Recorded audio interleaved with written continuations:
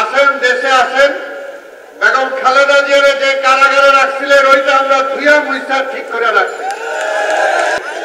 বেগম খালেদা জিয়াকে যে রুমে রাখছিলেন সেই রুমে শেখ হাসিনাকে রাখতে হবে। ফাঁসি তো হবে পরে, আগে একটু থাকতে হবে এখানে।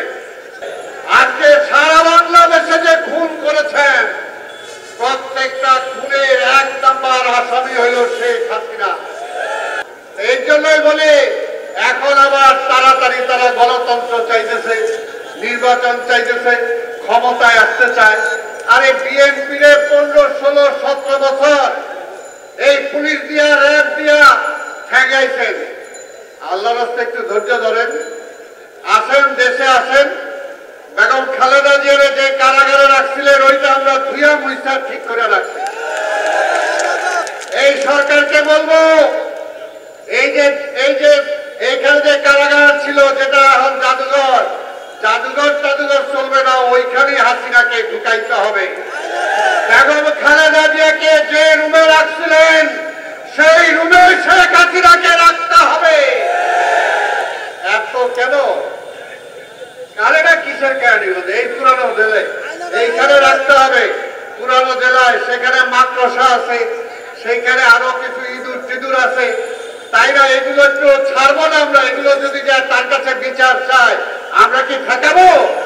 আমরা ঠেকাবো না। অনেক মায়ের মুখ খালি করছেন। ফাঁসি তো হবে পরে, আগে একটু থাকতে হবে এখানে। আজকের এই শেখ হাসিনা যেদিন প্রথম ক্ষমতায় আসেন 2007-এ, আমাদের এই শাহবাগের স্বেচ্ছাসেবক দলের নেতা প্রথম তাকে এখানে হত্যা করেছিলেন।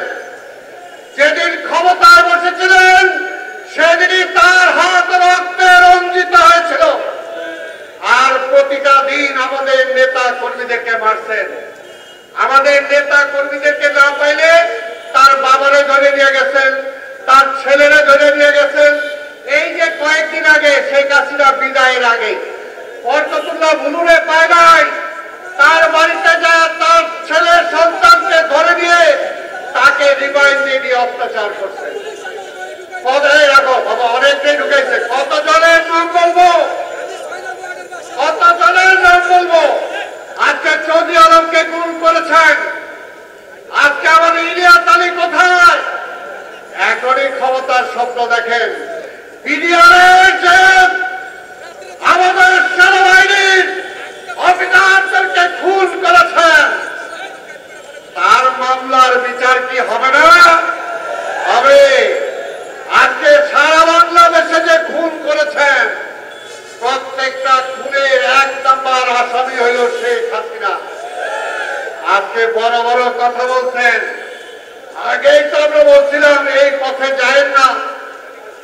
1 সপ্তাহ আগে এইখানে দাঁড়ায় বলছিলাম এখনো সময় আছে, বেগম খালেদা জিয়ারে ছাড়েন, তার হাতে পায়ে ধইরা